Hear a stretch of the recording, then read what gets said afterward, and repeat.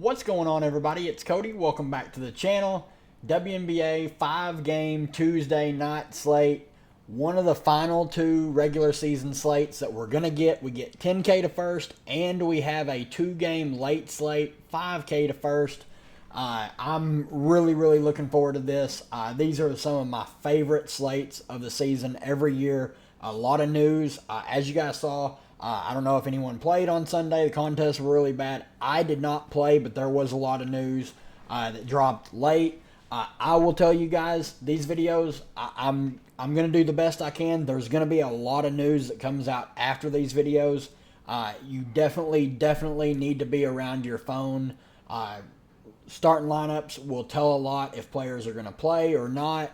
We'll get ins and outs like leading up to lock. So definitely be around your phone if you're going to play, or hop in the live stream before lock. It's going to be a blast. But let's look at these odds, and then we're going to take a quick look at the standings, and then we'll break it down team by team. Obviously, they don't have the Sun game up here because it's Draftkings Sportsbook, but Minnesota at the Sun, 1.5 point spread.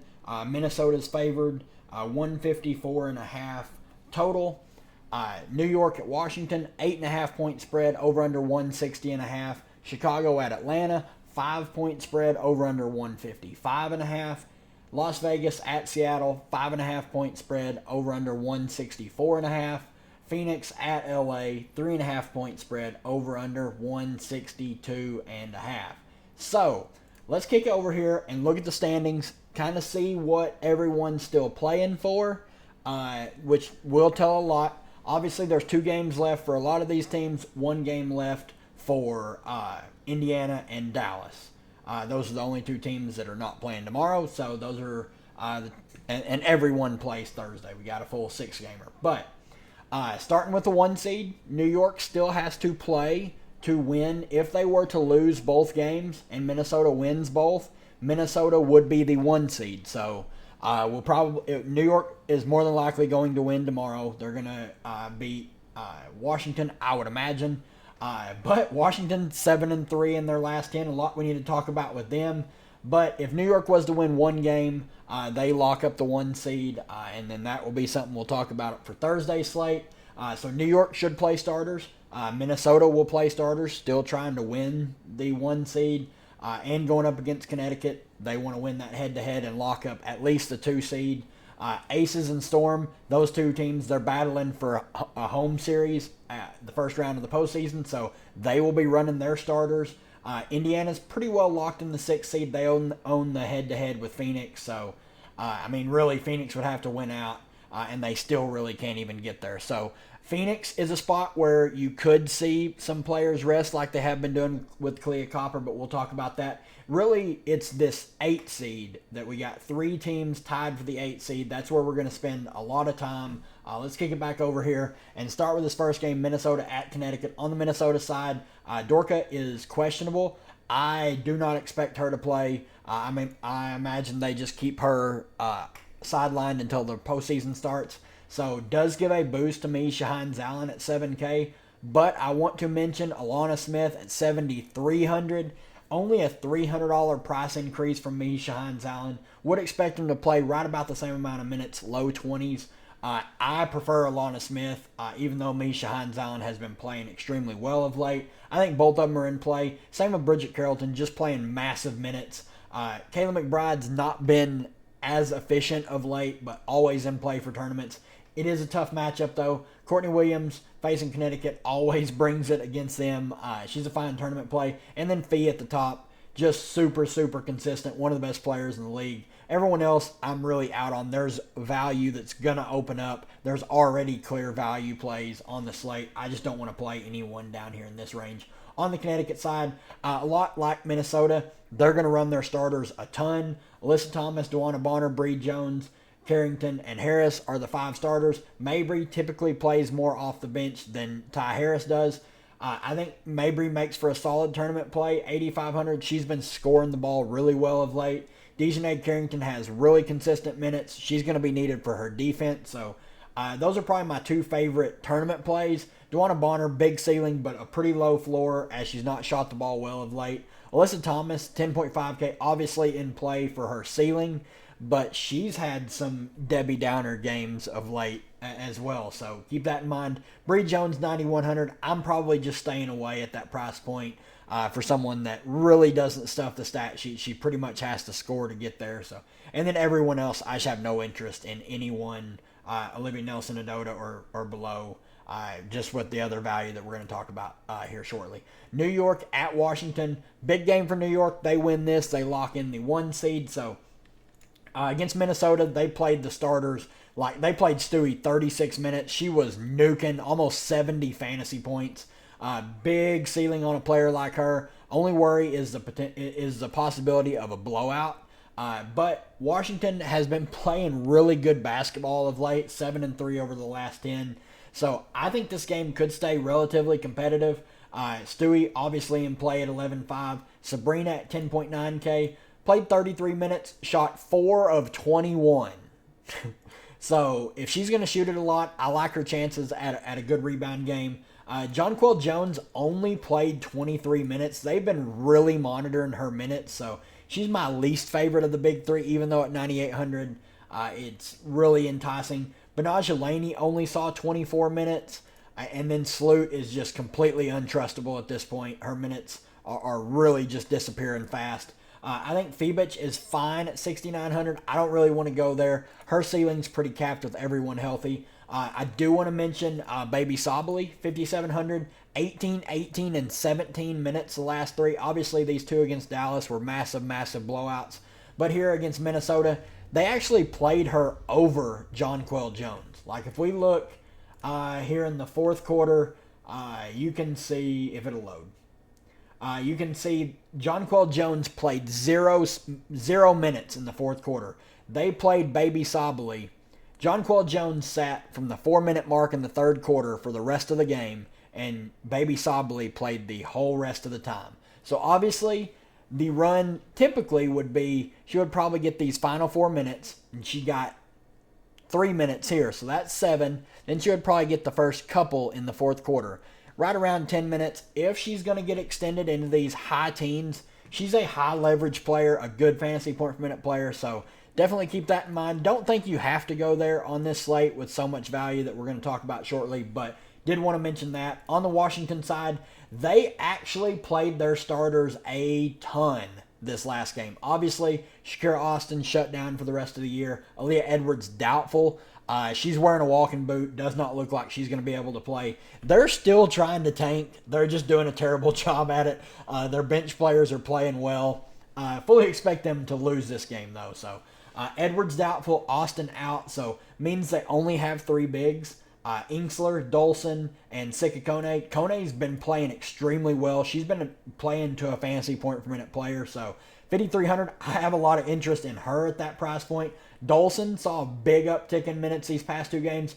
32 minutes here against Atlanta. Shot 0 of 7. Not expecting that again. It is a revenge game for her. Big Mama, she's got some game left in her. So 7,100, I like the price tag for her. Inksler, 8,600, obviously a good fantasy point per minute player. Played 26 minutes last time out. If the minutes are going to be there, I don't mind going right back to her. 8,600 is pretty steep, but like I said, they only have 3 bigs. If one of them was to get in foul trouble, the other 2 would probably smash. Then let's talk about Brittany Sykes. 32 minutes here against Atlanta. Shot 2 of 9. 16 fantasy points. Obviously didn't have a very good fantasy output day, but 32 minutes. Minutes have been on the rise. I don't know if that's going to continue. I would imagine so. Like, if the game's competitive, they probably play their starters, maybe try and steal the 8 seed now that no other team is trying to take it from them. But here's the big one. Ariel Atkins is 7,400, and she played 41 of a possible 45 minutes against Atlanta. 6 of 13 shooting. Obviously, you need her to score. She's not been very good at getting the peripheral stats of late, especially with Brittany Sykes back.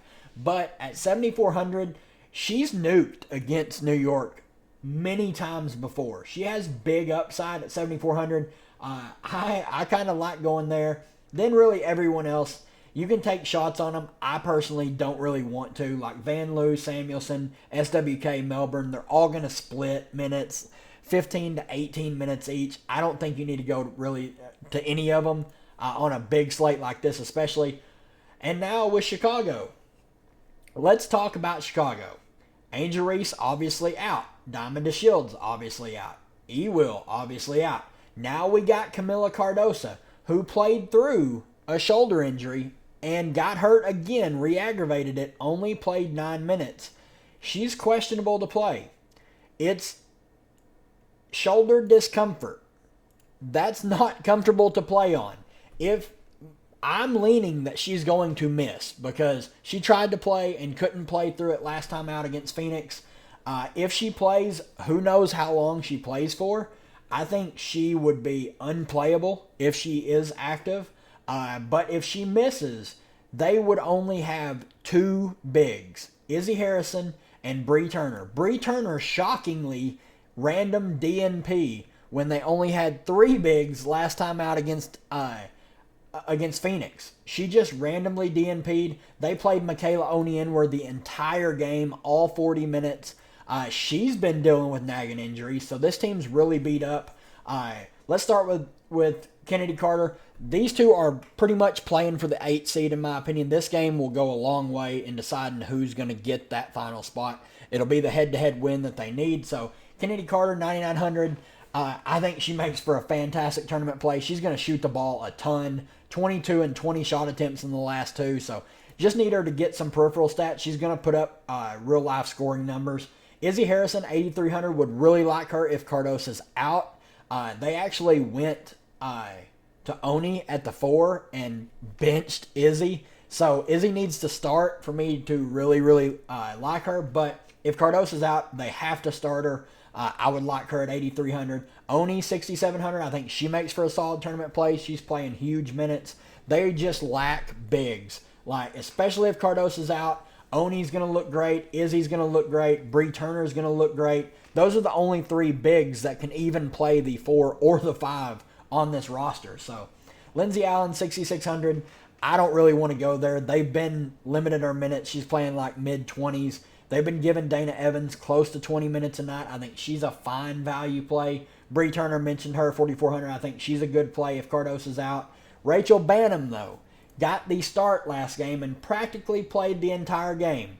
Now, the deal with Rachel Bannum. Here's a random 12 peripheral stats that she will not replicate again when she's averaging 1-1 on the season. So can't ever expect that again. But she's going to shoot the 3 ball, 5 of 11. 11 of her 13 shots were 3s. So keep that in mind. At 4,200, I think she's a great play, assuming she starts again. Everyone else pretty much out on the Atlanta side. They run a extremely tight rotation. Tina Charles is going to play practically the entire game, 41 of a possible 45 minutes. Ryan Howard played 44 of a possible 45 minutes. Alicia Gray played 41 of a possible 45 minutes. Canada played 35 of a possible 45. Naz Hillman played big minutes, 36 of a possible 45. So they're trying to win this final spot. I'm expecting the starters to play massive minutes.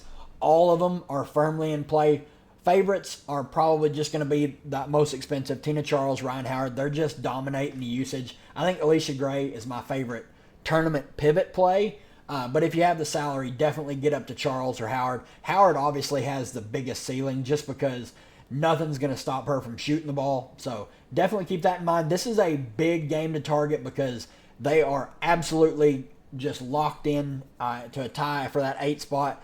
Whoever wins this likely gets in the postseason. So big game there. A great game to target. Moving on to one of the late games, Aces at the Storm. On the Aces side, not a lot I really love here. Obviously, Asia Wilson at the top. You have the salary. You should play Asia. Jackie Young's minutes have been ticking down a little bit. Same with Kelsey Plum. They've both been really struggling. This isn't the best matchup. So tournament plays at best. Same with Chelsea Gray. Tiffany Hayes, 6,700. She's been playing right at 20 minutes a game. She's fine, but I just don't think she's needed on a slate where there's so much good value. Shaping up to just be a Stars and Scrubs build. Same with Alicia Clark.